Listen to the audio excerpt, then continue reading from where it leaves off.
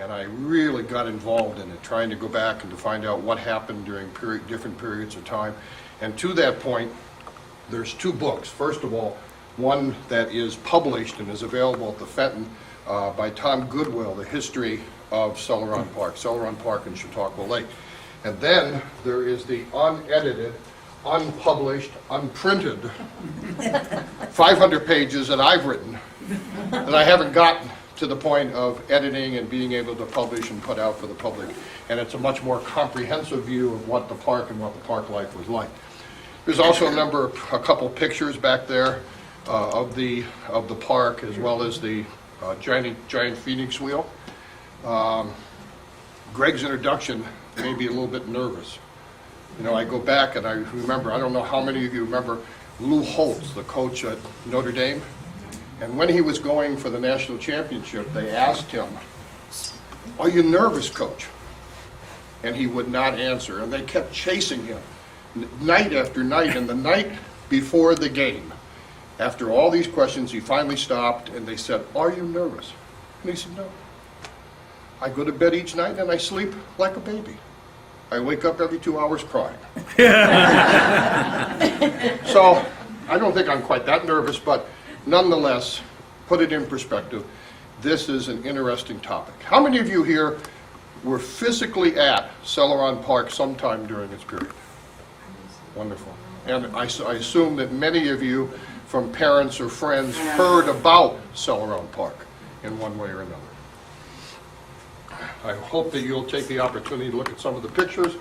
What I've started off with is a picture of the entry sign into Celoron today. We're going to start going back into a time that preceded this by over 100 years. Is that good enough? Yep. Yeah. We're going to talk about the Great Celoron Park, which started in 1894 and ran till its last burning in 1962.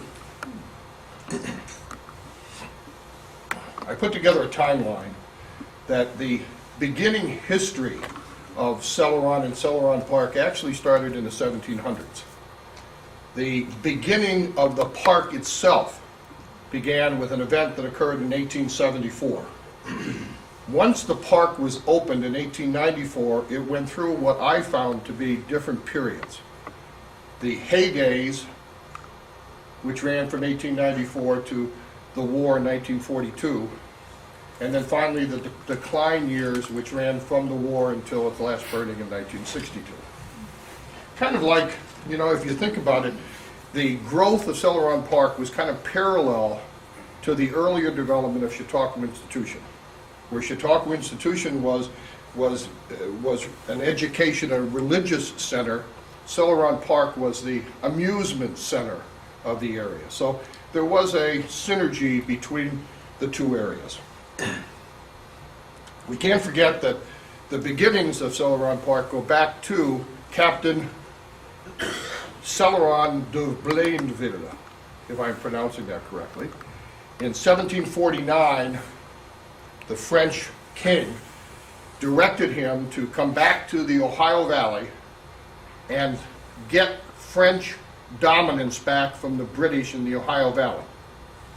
He set sail in July from Canada, came across the lake and landed in what is present-day Barcelona, picked up their boats, portaged them from Barcelona to Mayville, or Barcelona to Westfield to Mayville, put them back in the water and came down the lake, stopped once and camped, and then on the second day they came down and they passed the Narrows and came into the wide breadth of the lower lake.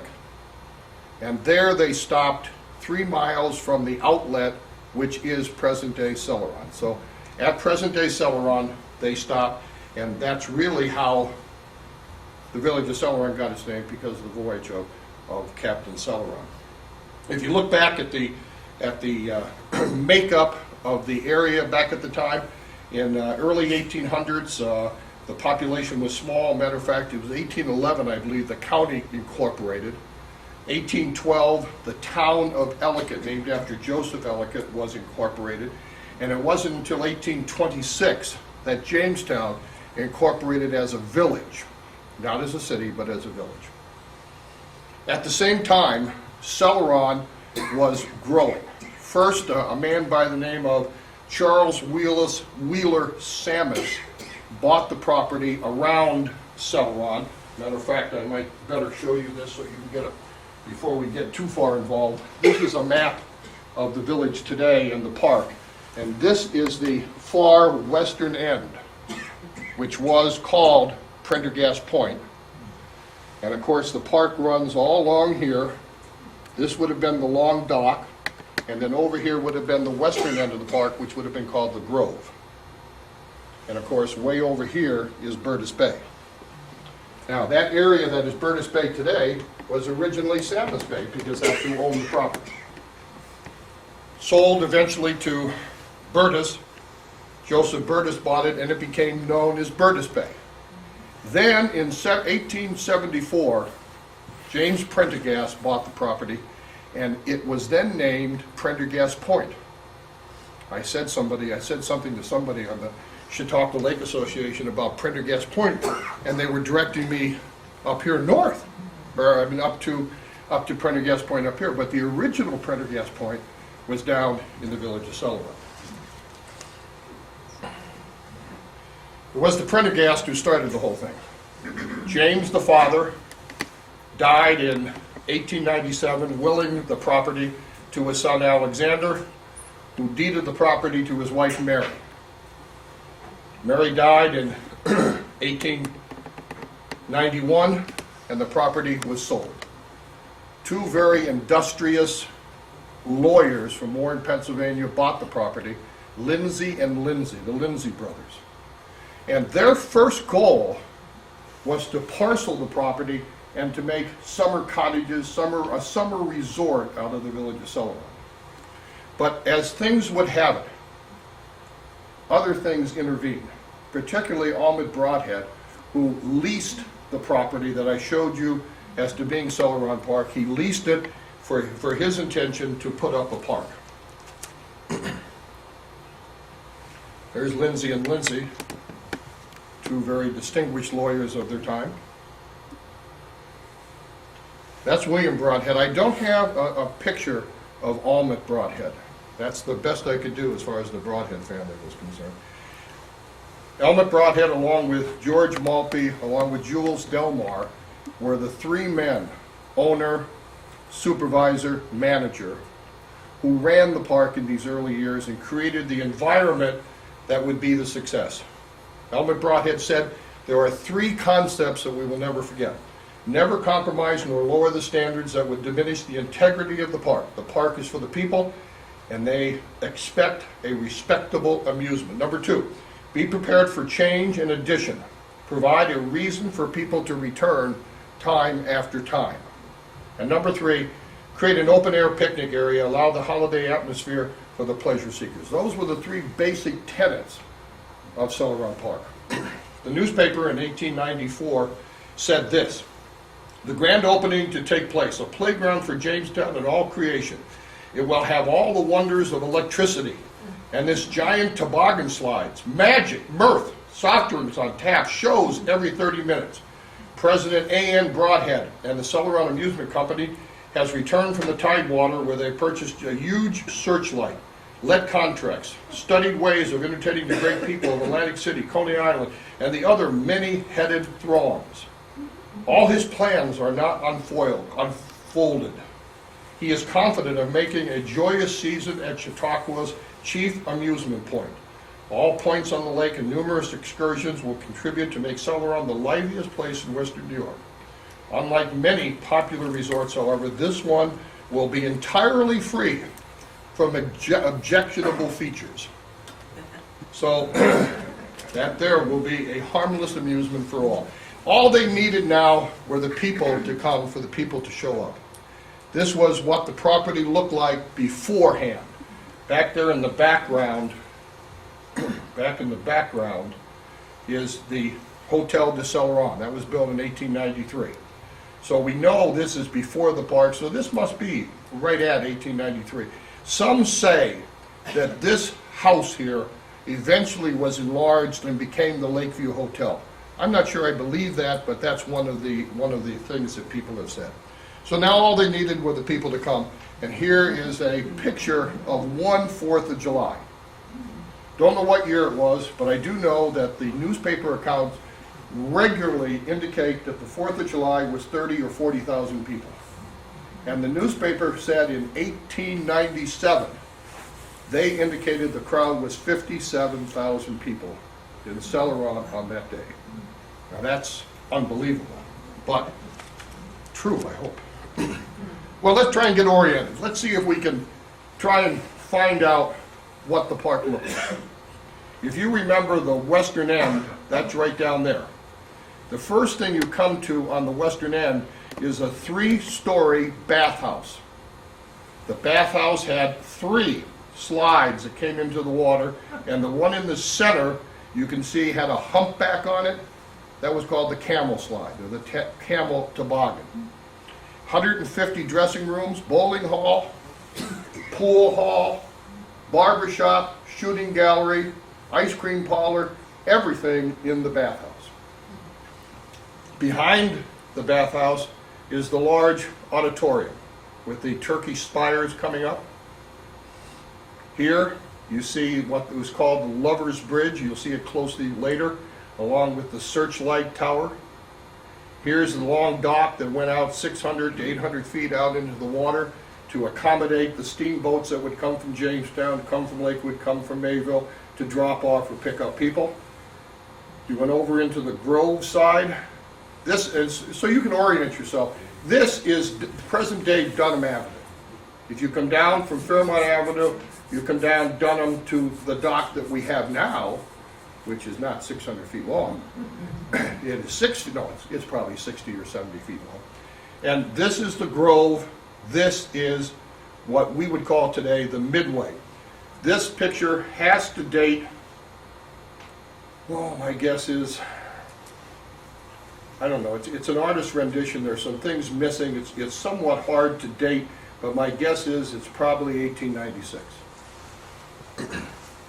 As we look further at this area, here's another picture of the western end. Here is Prendergast Point and Burtis Bay. There's that toboggan slide. Here is a band shell that has been moved into the inland, and this is the, what we call them, the concession stand, a long concession stand. Not to be mistaken with another concession stand, which we'll come to. We're in the center now. This is the Celoron Theater in the center, right next to the long dock. Here's another picture of the western end with the toboggan slides. Was the theater Yeah, a film theater or a live theater? it was a live theater. Vaudeville was big at the turn of the century. And all of the drama companies, all the stock companies, all the vaudeville acts coming from Chicago to New York City would stop at Cleveland. Coming from New York City going to Chicago would stop at Celoron. All of them eventually at one time or the other. And by the way, if you have a question, yell it out. Let's not wait till the end and forget about what it was we wanted to talk about. Here's another view of the theater. I have some better pictures of it as we get more into it. Right now, all we're trying to do is to give you a sense of what the park looked like during that period of time. This is the entry into the far eastern end. This would have been the boulevard right here, and this would have been the entrance into the Grove section of the park, and you can see where the Phoenix Wheel was. These were kind of amusement houses, and I'll show you one or two of them in some of the additional pictures. Here is our people at the, well, not 1912, there was a zoological gardens down here, animals of all types, and every year they would change different animals. That's a bear pit. You know, this is a picture we found, and I have no explanation for it. The Cats and Jammer Castle. Now, for those of you who are my age and older, remember the cartoon, The Cats and Jammer Kids. And my guess is this was some type of fun house. A fun house at the turn of the century. This large tree was very emblematic of the Grove, and back behind there is an amusement called the House Upside Down, where everything evidently would have been upside down. You go in and you have that impression of being upside down. Now we're going to start, we're going to build Celoron Park. We're going to try to go over what was there in 1894 when the first people visited Celoron Park, and we're going to construct it from 1894 to about 1898, about 4 or 5 years, because really the real growth of the park occurred in those first 4 years. We're looking now, excuse me, at the eastern end of the park, and way down at the end here is a building. And I can bring that a little closer in this next picture, and that building is one of the first structures in the park. It was called the Cyclorama. It was a dance hall. Dancing at the turn of the century was big. Everybody danced. And if you didn't have a dance hall, you didn't have people come. The amazing thing is, when it was built as a dance hall, as you can see, it's out over the water. It only served as a dance hall for about 2 years, because once the auditorium opened, that became the primary dance hall, and this became kind of a, what I want to say, a grove for picnics, for shop picnics, for large groups coming in and picnicking, and it was not used as the dance hall for a number of years. We go back now to the long dock. You can see, by the way, and you'll see it better later, the trolley tracks went all the way out to the end of the dock. So you didn't have to walk out there, you rode the trolley all the way out to the end. And this is the Phoenix wheel. Right here is the dome of the Hotel de Celoron, and this is a very unusual structure. It's over the water, and it is a band shell. But it had an unusual name. And it got its name because of what it looked like. Helmet? Ah, close. It was called the Womanhood Theater because it looked like a woman's body. And we know this picture is 1896 because the Phoenix wheel was put up in 1896, and this band shell, Womanhood Theater, was moved inland in 1897. So we know exactly the date of this picture, which is 1896. Is it on the island right now, though? No, it is built out over the water, and what was put in that spot was the Celoron Theater. The island is about 400 feet west, and they had the circular swings out there. This is a picture of the Hotel de Celoron, a very classy building for its time. I think it had 38 rooms in it. Very, very classy. And we use the Hotel de Celoron in our picturing for a lot of reasons, one of which is to date the pictures. The Hotel de Celoron was built in 1893, and there was a fire that damaged the hotel in 1902. And in 1902, this triangular cap was burned off. So if you don't see that triangular cap, you know the picture is after 1902. But you also know it's before 1914 because the hotel burned to the ground in 1914.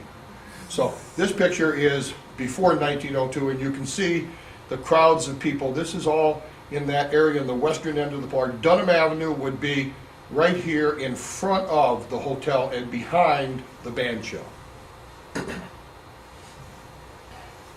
Here's another picture, again, maybe a clearer picture of the Hotel de Celoron. One of the amusements that I found almost every year was the guy that went up 80 feet and dove into 2 feet of water. Well, sometimes it was 60 feet and 3, I don't know, it changed all the time. But nonetheless, this was Captain whatever, and his miraculous dive into shallow water. Kind of like what, if any of you ever went to Atlantic City during the heyday of the steel pier and all that, kind of acts like that. We're all part of Celoron Park.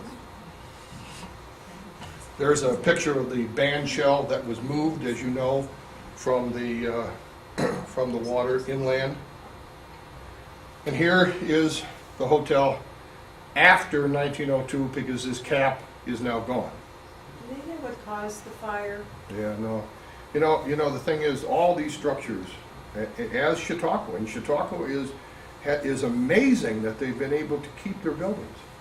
But at Celoron, virtually all of them burned at one time or another. And you're going to see that fire was the big destroyer of the amusement park.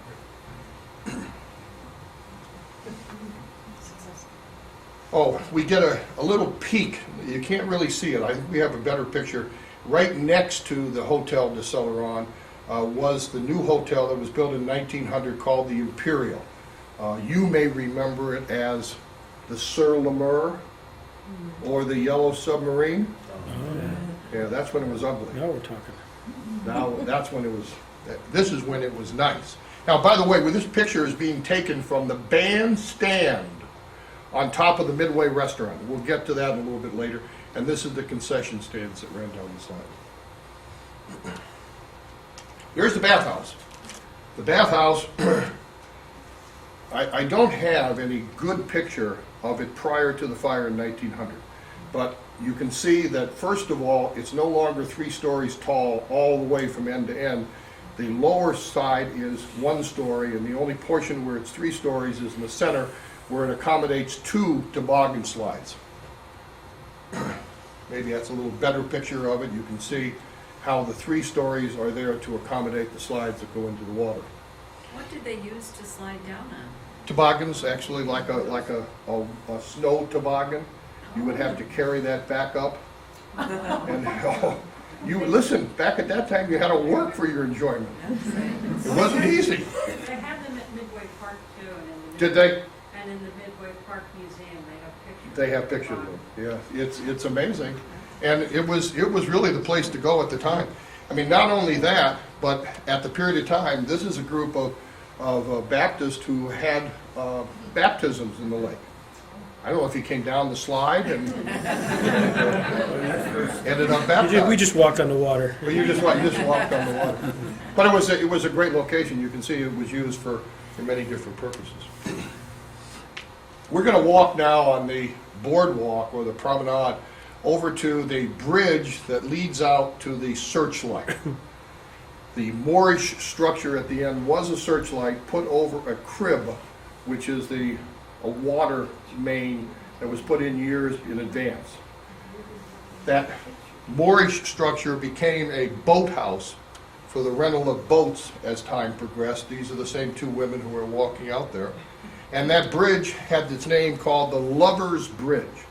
And maybe you can see by the little nooks that are there that you and your girl, or you and your guy, could stop, sit down, and talk for a while.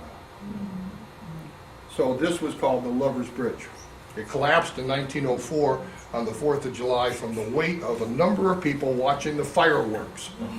And the whole bridge collapsed. That's the long dock. That is Dunham Avenue, and here is a trolley coming out. And of course, don't forget, the end of the dock is still way out here. This is the ticket booth where you would have had to have gone in order to get your ticket for the steamboat. And it is amazing that the 2 primary ways of getting to Celoron Park were either by paddle wheeler or by trolley. And guess who owned both of those? Almond Broadhead. So not only did he own the park, but he owned the means for people to get to the park. So it was kind of a monopoly of the day.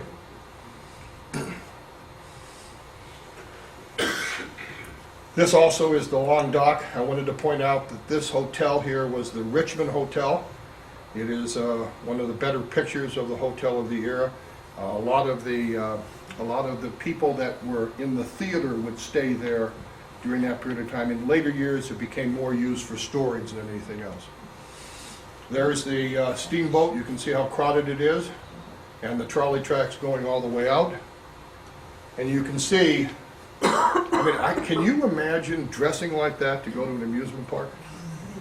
Can you imagine dressing like that on August the 15th when the temperature is 100 degrees and the humidity is 80%? I mean, it's amazing, and this is the dress of the time.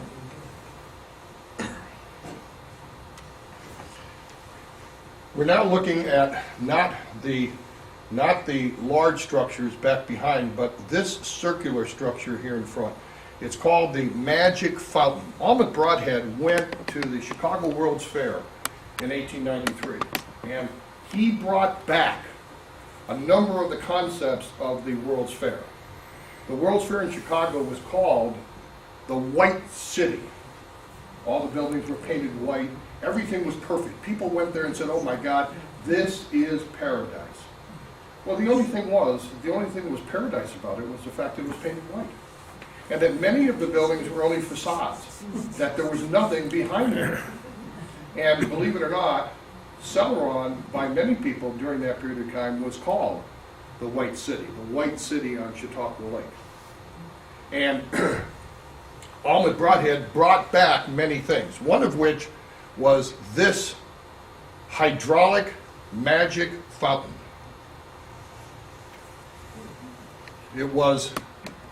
It had colored water that shot up, that looks all white there. Oh, there's the colored water. And it was run hydraulically by an operator who was underground. And people were amazed. Now keep in mind, this is the turn of the century.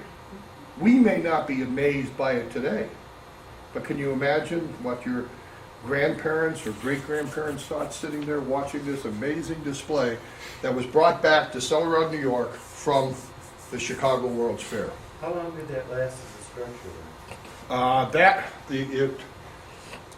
Sometime in the late 20s they took it out. I wasn't able to find an exact date, but sometime in the late 20s.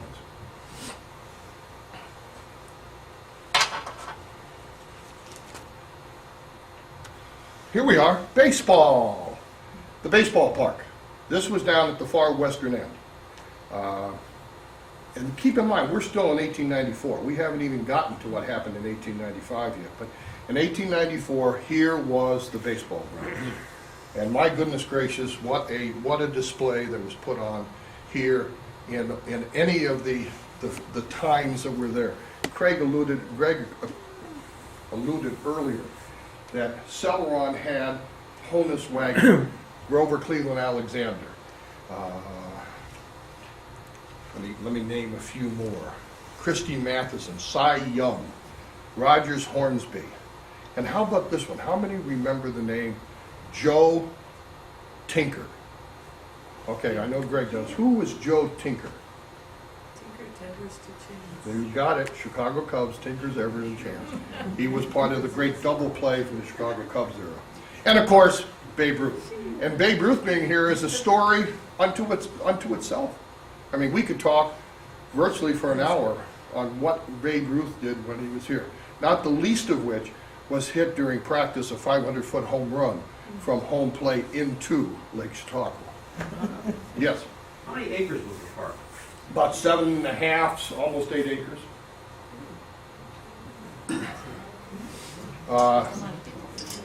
I mean, we could talk at length about what Celoron Park as well as Babe Ruth meant to organize baseball, because he was out illegally, by the rules of baseball, barnstorming after the World Series.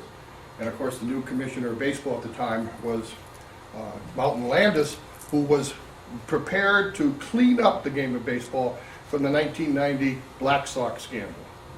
And Babe Ruth was bigger than baseball. He was baseball. And the conflict between he and Landis was eventually settled, and baseball became a management game not solely run by the players. So Babe Ruth was there. But you know, we also had virtually every major league team that ever was. The Cleveland Indians, the Washington Senators. Remember them?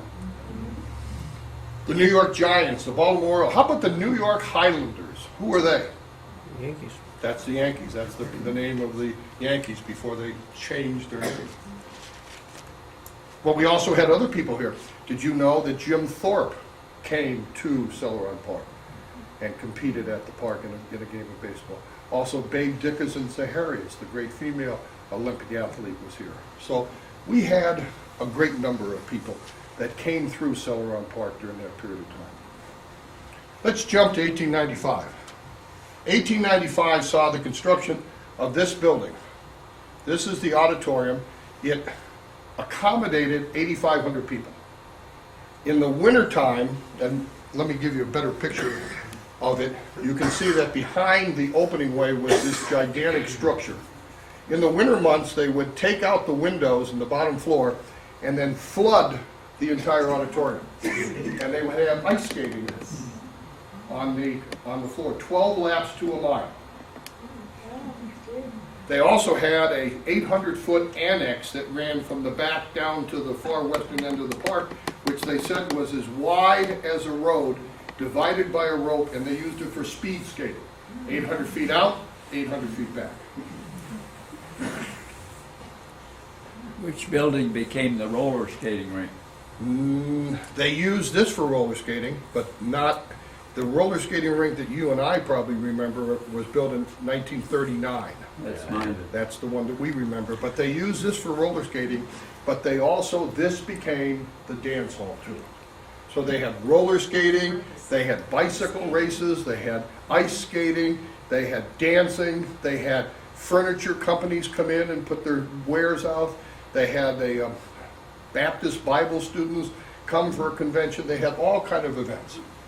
Not only that, excuse me, not only that, they had Williams Jennings Bryan speak there in 1896, Henry Cabot Lodge in 1896, Carrie Nation in 1903, and Teddy Roosevelt in 1906. So, a lot of people came by. Directly from the Chicago World's Fair came this monstrosity. It was a double-decker Pullman trolley car that was called the Columbia. And it was called the Columbia because the Chicago World's Fair was also called the Columbian Exposition. So this is what Elmwood Broadhead brought back, and this became, over the years, the exclusive car for the Celoron Park. This was the double-decker, and again, if you'll notice how well they're dressed, it's amazing. And this would run day in, day out, coming back and forth from Celoron. Now here is the trolley tracks in the park, and the trolley stop would have been back here just a little bit. It was at the Penny Arcade. So they would stop there, pick up passengers, and drop them off. Yes? What fuel, how did the trolley run? Electric. It was an electric trolley.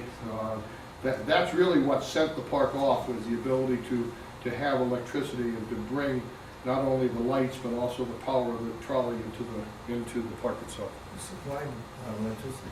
Pardon? Who supplied the electricity? Oh boy, probably I don't know. It's Elmwood Broadhead, probably. I don't know the answer. Was there a plant there? Or, Here we are now in what would be the midway, and up here in front of you is that bandstand. As we said before, music and dancing were important. Well, they would have band concerts every day, 3 and 4 times a day, either here or in the band shell or down at the end of the annex. And the big band at the time, and I think I have a picture of it, there you can see the bandstand a little bit better. Down in the bottom section it was a restaurant, and in 1934 it was converted, and it was called the Old Heidelberg in 1934. What happened in 34 that would want it to change to a name like the Old Heidelberg? Prohibition. Prohibition. The end of Prohibition, it became a beer hall. There's Professor Gage and his gold band, which played at Chautauqua from 1894, I think, until, let's see if I have that down here. Professor, no, I don't have it down here, so I don't know. But he played about 4 or 5 years, and there were other bands that they contracted that stayed for 5 years or 13 years or whatever it was. These guys look more like criminals and should be up in Brockton, more so than playing music at Celoron Park. This is one of the unique parts of Celoron Park. These were spread along the grove as well as some into the midway area. They were kind of like, this is the only one that was elevated. It was called the Corkscrew Pagoda. And these, I suspect, were like picnic benches in the park. But this was your private picnic bench. If it was not being used, you could go in there in any type of weather, sit down, have your lunch, have your dinner with your family. This was kind of like your private pagoda at Celoron Park on the lake. This is a picture of the train, or the trolley stop that is the Penny Arcade. Well, now we're down to the Phoenix wheel, which came in 1896. Came from Atlanta, Georgia, and it was gigantic. 125 feet in diameter, 12 baskets that carried anywhere from 12 to 20 people.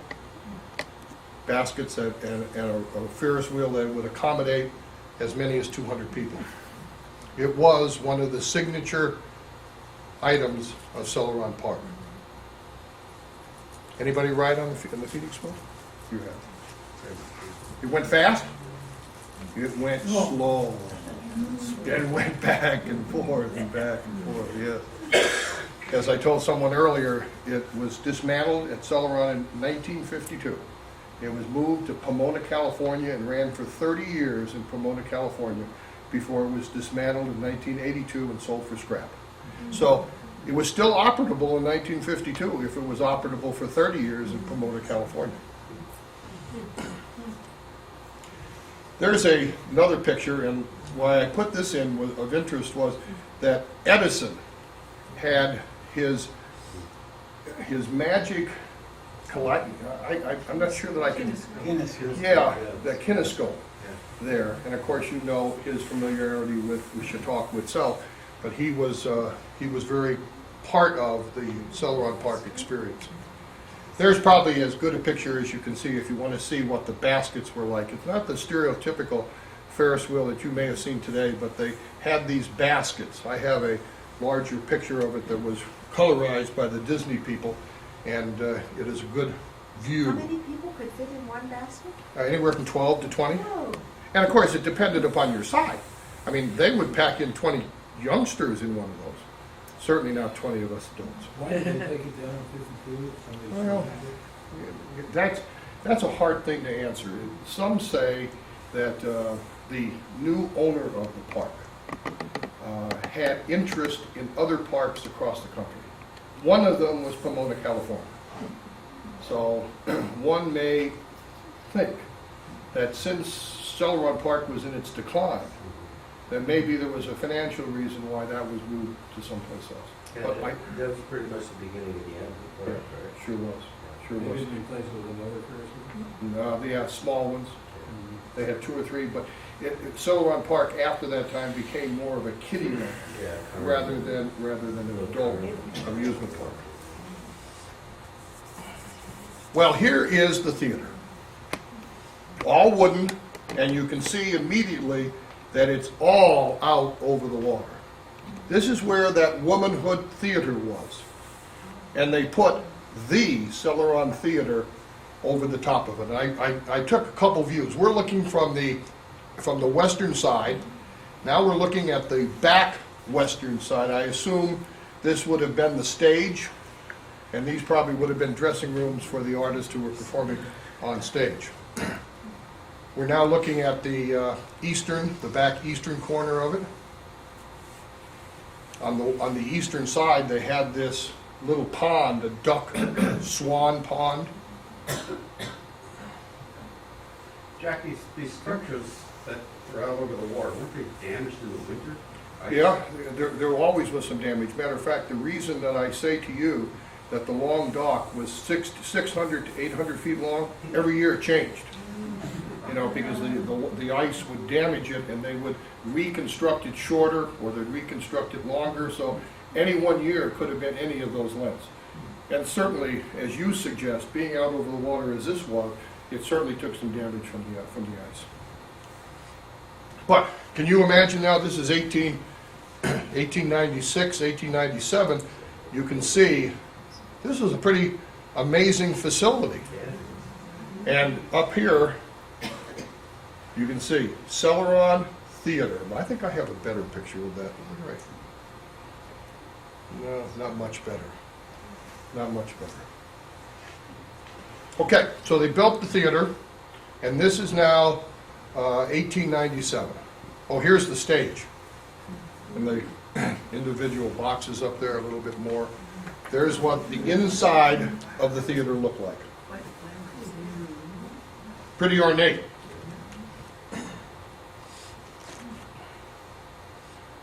Okay, what happened?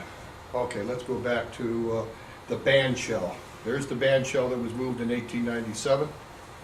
And there, can you see right in there, right in the center there, between the band shell and the Hotel de Celoron, the Imperial Hotel? It's right on the corner where people, other than myself, say the log cabin sits. In the office, anybody that says log cabin has to pay $1 into the pool, because we call it the community center. So if you do come down to the office, be sure you don't say. You know, so great. Yeah, be sure you, that would be a $2 payment. I don't know if that's John Philip Sousa's band, but he did play and perform at the band show in Celoron.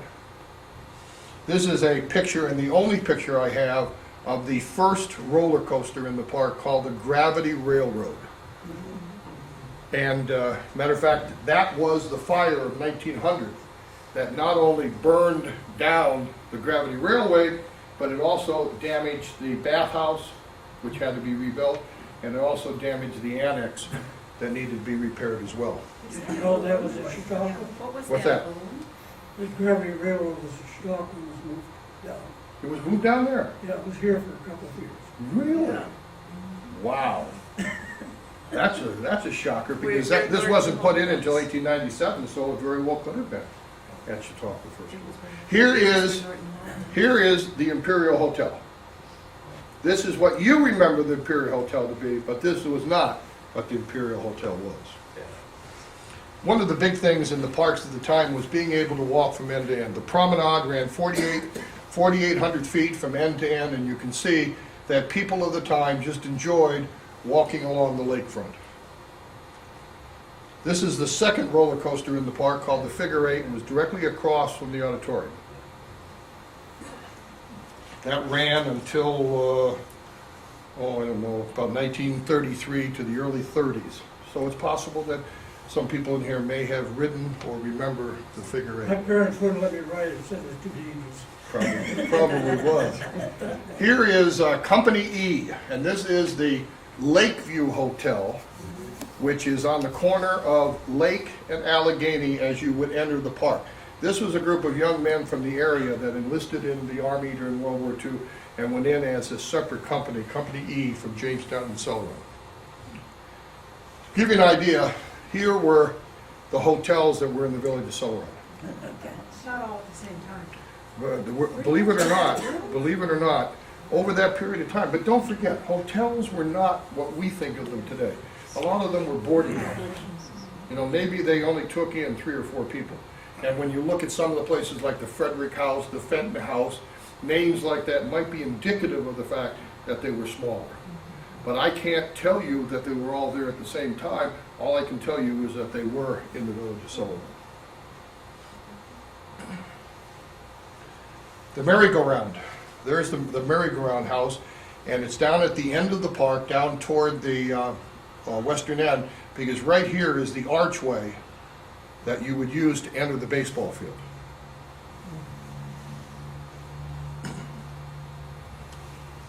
Not only did we have the park, but we also, on a regular basis, performed the Hiawatha play by Longfellow in the swamp area. Of course, it's all swamp down there right now, but in the swamp area down toward Jamestown. It probably is more like Jamestown today, but if you'll notice on this map here, you might want to look at this one here. The white is present-day Celoron, the white. The orange boundary is Celoron in 1894 until 1906, and then encompasses Fairmont Avenue. McDonald's, Wegmans, all of those things, they belong to us, and we're getting them back. As soon as they burn down, right? That's right. 1904 saw tragedy. I don't know because we have no picture, but this is a picture of the loop the loop. This is another one. This picture is probably more representative of what may have been at Celoron, but in 1904 they put it in, and early in its first week of operation, a girl and her friend from Cleveland, Ohio, she was the daughter of the police chief from Cleveland, Ohio, fell out of the car and then got ran over by the car. She died, and the cart and the ride lasted only 2 weeks. He was taken out. And it was one of the tragedies, and one of the only tragedies really. I mean, there were other things that happened, but this certainly was a major tragedy of its time. This was a roller coaster too, called the Coney Island Tickler. Coney Island Tickler, 1908 to 1915. It was a gravity roller coaster. You sat in these tubs and you rolled down, boom, boom, boom, boom, boom. What passed for amusement at that time was really something. Here we have now the grand stage. They put this up in 1909, and I don't know how many of you ever saw. Do you ever see living statues? Yeah. Okay, well, my suspect is right now, this is a show of living statues. What they would do is they would put the screen down, put the screen down, curtains down, and the actors would get in different poses. And when they opened the screen up, you would see statues because they wouldn't move. Then they put the curtain down, people would change, and now they had a different display. That was amusement. But also, from anecdotal information that I acquired, they also had a number of contests at the park. One of them they called, you ever hear I'm sure you have, of the soda called knee-high? Okay. They used to have the knee-high contest. And what they would do is they would take girls and put them behind the curtain and have them pull their dresses up to above their knee. And they would raise the curtain up to knee-high. And by the crowd's clapping, they would determine who the winner was. And it worked very well until one time they put a man back there and he won. So that kind of ended that contest. I will ask you to know that also that this structure out in front right here, that's the projection booth. That was put up in 1920, and it was showing silent movies. 1927 was the first talking movie to be played at Celoron Park. Here's the 1909 program: Shriners Day, Children's Day, big Labor Day celebration, all the things that were happening in 1909. But more important than anything, look at the people. I mean, we talk about our era of going to the drive-in movie. Remember going to the drive-in movie? Remember putting your friends in the trunk and getting into the drive-in movie? You did that too.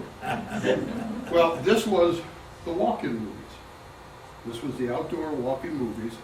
And look at the crowd. Unbelievable. How many months a year was the park open? It would open usually on Memorial Day and closed on Labor Day. Did they use it any other time? No, well, they did extend the season for baseball early and late. They did have some events that may have used the auditorium after the closing, but there were special events, not necessarily park events. Yes? Why didn't it spill over into Fluvanna? The lake is so narrow there. I don't Or did it? What's that? Did it spill over into Fluvanna at No. all on the other side? No. There was and I don't have a picture here of it, but I do in the archives, have a picture of the Celoron Greenhurst Ferry. There was a ferry that went across from Celoron across the lake for a number of years, and that would have been around 1920s, 1930s, someplace around there. What happened? Isn't that the Celoron Theater? What happened? The Pier Ballroom. Now wait a minute, didn't you guys go to the Pier Ballroom? Yeah. Didn't you dance in the Pier Ballroom? Is that the Pier Ballroom? Guess what? It is. Because what happened was, in 1920, the auditorium burned. So all of a sudden, remember that